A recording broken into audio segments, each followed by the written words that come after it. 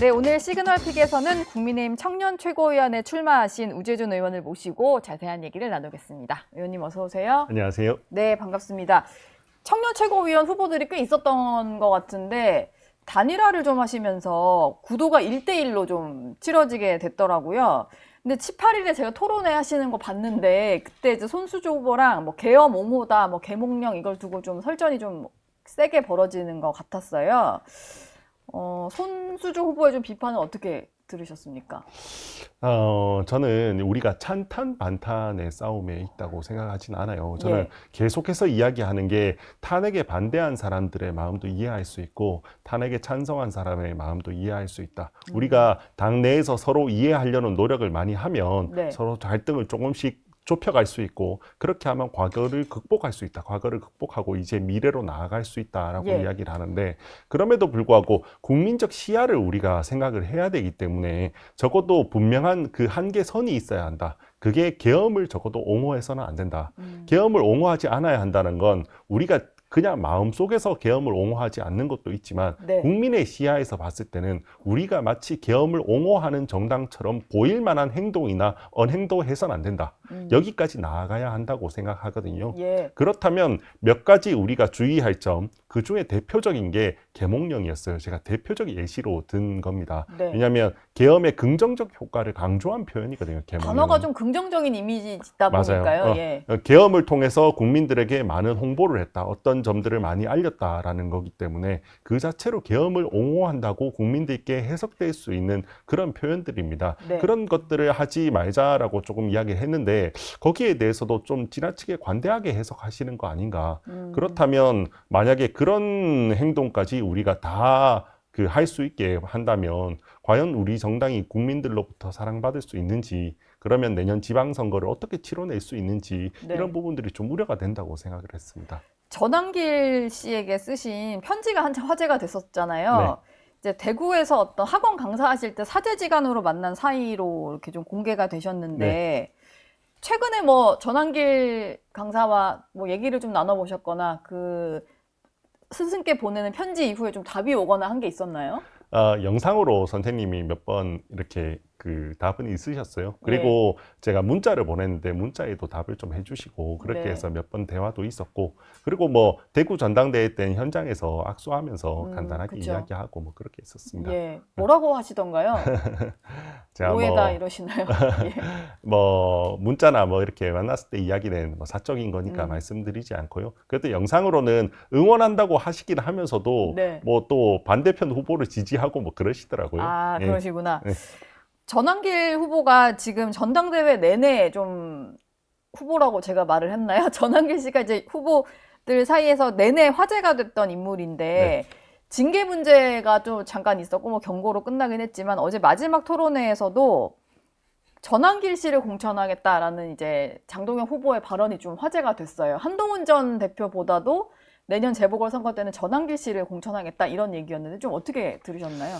저는 매우 우려되는 발언이었습니다. 예. 아마 조금만 객관적으로 생각을 하면 아마 그래도 한동훈 대표가 우리가 여당 견제함에 있어서 굉장히 잘했던 사람이고 지금도 잘하고 있는 사람이라는 건 전 쉽게 알 수 있다고 생각합니다. 예. 이번에 조국이 무슨 이건 사면 받은 게 아니다 탈옥한 거다 탈옥이다. 이런 말들도 정말 국민들에게 잘 와닿게 이렇게 지금도 여당과 싸우고 있는 게 저는 한동훈 대표라고 생각을 합니다. 예. 그럼에도 불구하고 장동혁 의원 후보께서 굳이 그 사람 더 잘 싸우고 있는 사람은 전한길이다 이렇게 표현하는 건 저는 악의적인 의도가 있는 거다라고 생각을 해요. 예. 그리고 적어도 장동혁 후보만큼은 저는 그렇게 말하면 안 된다고 생각을 합니다. 예. 그냥 다른 관계가 별도 없었던 것도 아니고 그 0.5선에 뭐 의원을 사무총장으로 만들었던 것도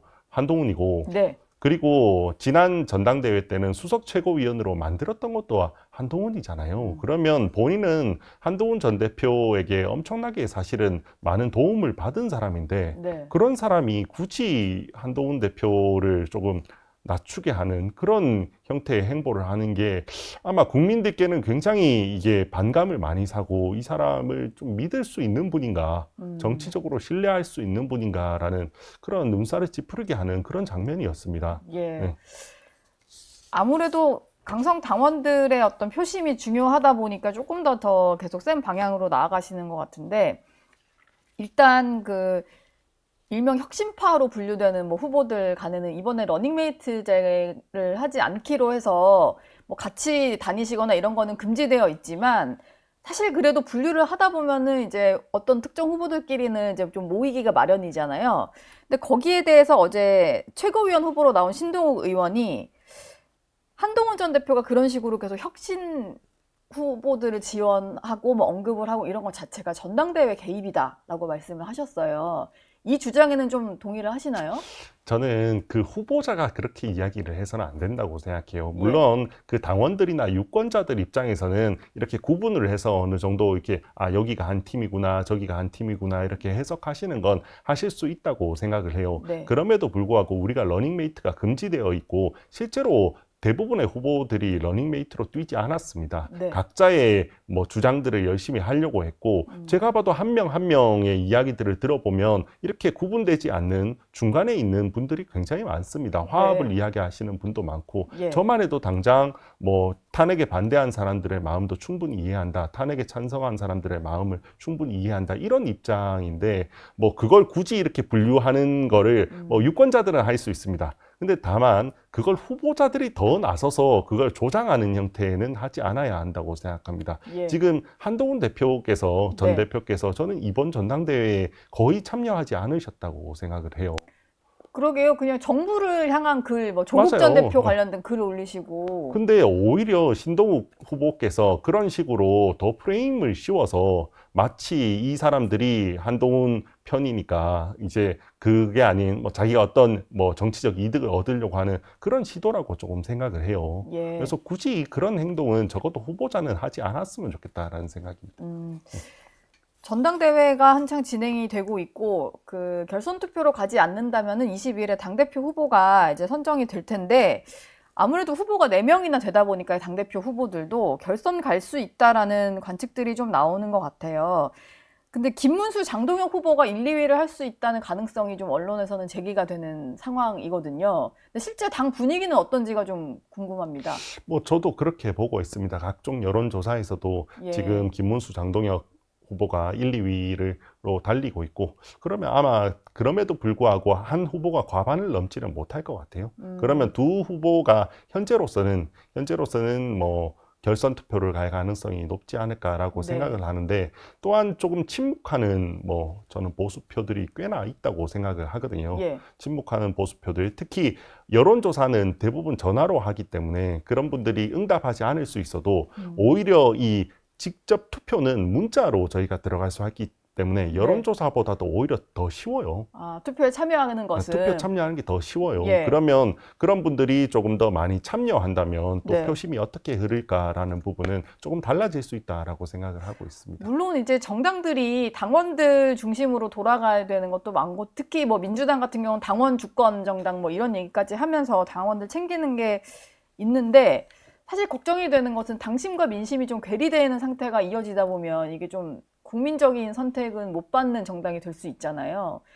근데 좀 탄핵에 찬성을 하고 윤석열 전 대통령도 다시 받을 수 있다, 뭐 재입당 얘기를 하시는 두 후보가 1, 2위가 될 경우에는 국민들이 이제 국민의힘 바라보는 시각이 좀 달라질 것 같긴 하거든요. 그런 우려는 좀 없으신가요? 뭐 그런 우려가 전혀 없진 않죠. 그래도 네. 우리 당원들께서 현명하게 판단해 주실 거라고 생각을 합니다. 예. 그리고 뭐 당원들께서 꼭 뭐 탄핵에 대한 입장만으로 지금 결정을 하고 계시지는 않다고 생각해요. 오히려 김문수 후보 같은 경우는 당의 통합에 대해서 엄청나게 이야기를 많이 하고 계십니다. 네. 지금 장동혁 후보 그리고 뭐 다른 후보들 같으면 좀 한쪽의 입장을 좀 강하게 대변하는 측면이 있어요. 그에 비해서 김문수 후보 같은 경우는 조금 더 모두 품고 가겠다라는 통합을 이야기를 많이 하고 계시고, 예. 그런 점에서 더 당원들께서 좀 지지하는 분들도 있으신 것 같아요. 그러면 적어도 지금 당원들의 말이 전부 다 뭐 윤어게인 또는 뭐 무조건 탄핵에 반대가 맞았다. 뭐 이렇게 해석되는 거라고 해석하는 건 좀 어렵지 않나라고 생각이 듭니다. 그러니까 너무 언론이나 이제 보는 시각이 이분법적으로 이제 맞습니다. 딱 갈라놨는데 모두가 그런 것은 아니다. 네. 뭐 그런 말씀이신 것 같아요. 일단 윤석열 전 대통령과 관련해서 질문을 좀 드릴까 하는데 민주당에서 CCTV를 공개하겠다라고 합니다. 지금 그 특검 출석에 불응을 한 상태에서 좀 여러 가지 저항을 했다고 하면서 특검이 좀 국민이 몰라도 될 것까지 너무 세세하게 브리핑을 한 상태인데 민주당은 한술 더 떠서 CCTV까지 좀 공개를 해야 된다라고 하잖아요.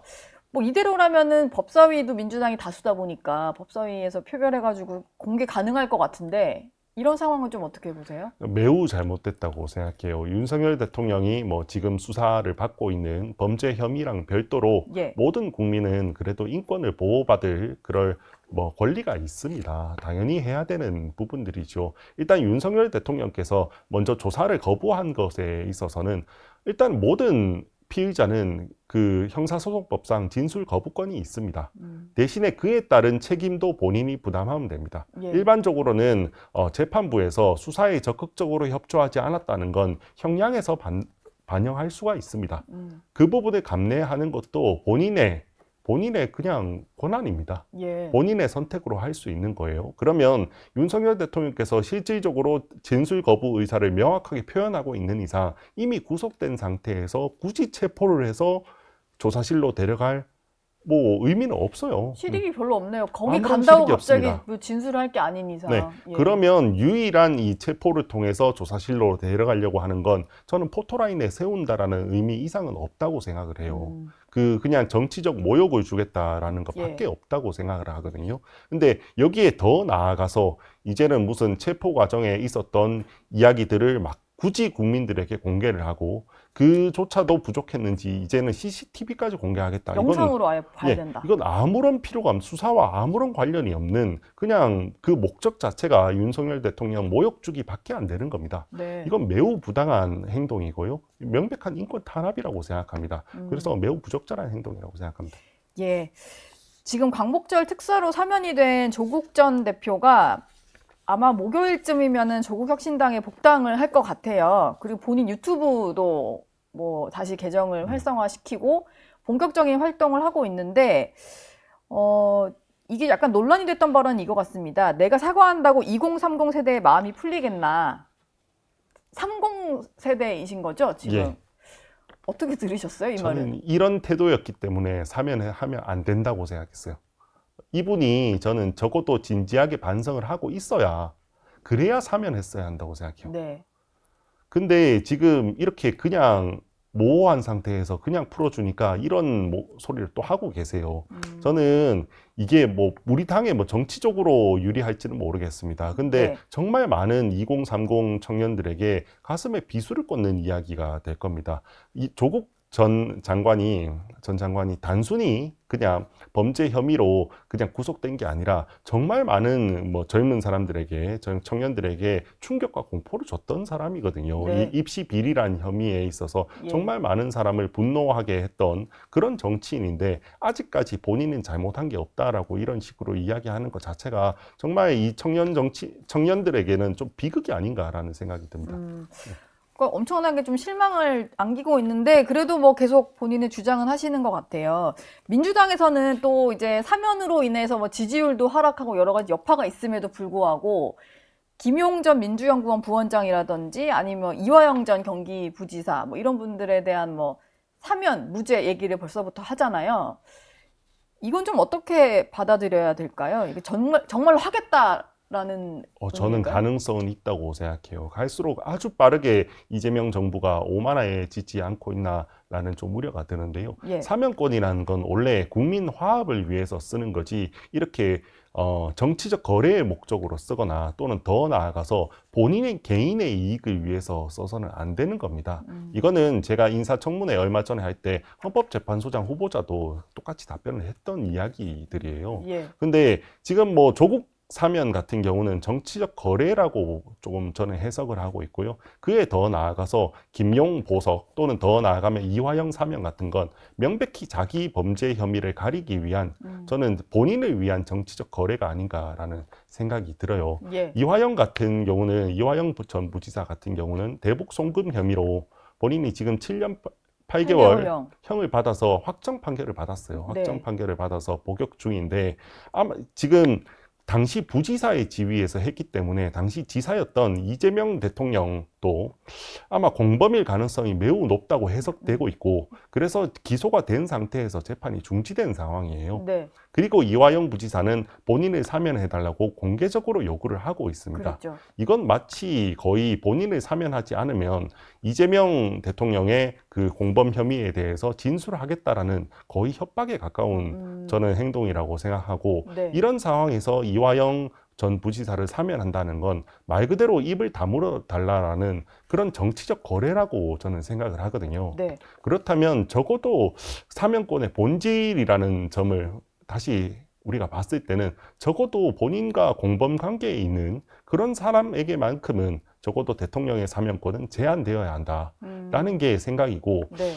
이게 너무나도 당연한 이야기임에도 불구하고 예. 최근에 이런 사면들을 봤을 때 정치적 사면들을 봤을 때 그리고 이화영 부지사가 지금 본인의 사면을 요구하고 있다는 걸 봤을 때 또 네. 김용 이분이 지금 보석이 되었다는 점을 봤을 때 그럴 때는 종합적으로 봤을 때는 이걸 그냥 둬선 안 되고 법으로 만들어서 정확하게 정말 공범에 대한 사면은 불가능하게 만들어둬야 된다. 이렇게 생각이 돼서 네. 이번에 사면법 개정안을 발의하게 네, 됐습니다. 그 법을 일명 이화영 사면 방지법을 우지해준 의원이 발의를 하셨는데 설명하신 그 법안이잖아요. 근데 네. 뭐 이게 제가 약간 김 빼서 죄송합니다만 야당만으로는 이제 법 통과가 안 되고 이게 통과가 될 가능성은 좀 희박한 법안이에요. 그럼에도 불구하고 발의를 하신 이유가 있을까요? 국민들이 좀 알아야 된다라는 네, 차원에서. 저는 국민들이 아셔야 한다고 생각해요. 계속해서 이 점에 대해서 우리가 국민들께 알려야 그래야 혹시나 이재명 대통령이 이걸 시도하지 못할 거라고 생각을 합니다. 네. 그래서 조금이라도 더 알리기 위해서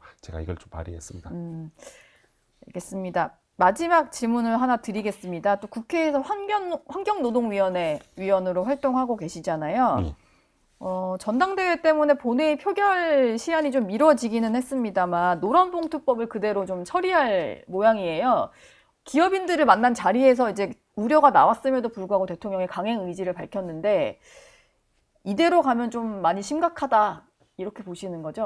많이 심각하죠. 그리고 지금 재계에서도 일정 부분은 타협을 하겠다는 의지까지 보이고 있어요. 예. 심지어 정말 많은 사람들이 우려했던 그 손해배상을 제한한다라는 그 조항까지도 일정 부분 양보하겠다라는 수용하겠다. 의지까지 네. 보이고 있어요. 그렇다면 지금 조금 멈췄으면 좋겠어요. 지금이라도. 네. 저는 이런 식으로 뭐 본인들이 물론 뭐 180석의 의석도 가지고 있고 또 뭐 대통령 자리도 가지고 있고 하니까 예. 본인이 뭐 하려면 할 수는 있습니다. 하려면 할 수는 있는데 그렇게 하면 아마 국가적으로도 큰 혼란이 올 거고요. 큰 혼란이 올 거고 분명히 이게 제도가 제대로 안착될 수가 없을 겁니다. 네. 그것보다는 그래도 재계 이야기도 듣고 재계가 이미 어느 정도 본인들이 타협하겠다는 의사를 비친 만큼 조금 더 대화의 노력을 조금 더 이뤄주면 좋지 않을까. 왜냐하면 다른 법안과 달리 네. 노란봉투법 같은 경우는 아주 시급한 법안이라고 보이진 않아요. 이게 한 달, 두 달이 늦어진다고 해서 뭔가 당장 우리나라에 어떤 뭐 영향력이 미치거나 뭐 노동자들에게 어떤 뭐 악영향이 가거나 그러지 않습니다. 예. 그보다는 오히려 이 법안을 강행했을 때 우리나라 뭐 증시 시장에 대한 악영향이라든지 여러 가지 해외 투자에 대한 깊이라든지 이런 부분들이 훨씬 크게 악영향을 미칠 겁니다. 그러면 이재명 대통령께서 그리고 민주당에서 지금이라도 조금 더 대화를 조금 더 하는 그런 태도를 보여주시면 좋지 않을까라고 생각이 듭니다. 예. 알겠습니다. 지금까지 우재준 국민의힘 의원과 얘기 나눴습니다. 오늘 말씀 감사합니다. 감사합니다. 저희 영상 많이 시청해 주시고요. 좋아요, 구독, 댓글, 알림 설정 꼭 부탁드리겠습니다.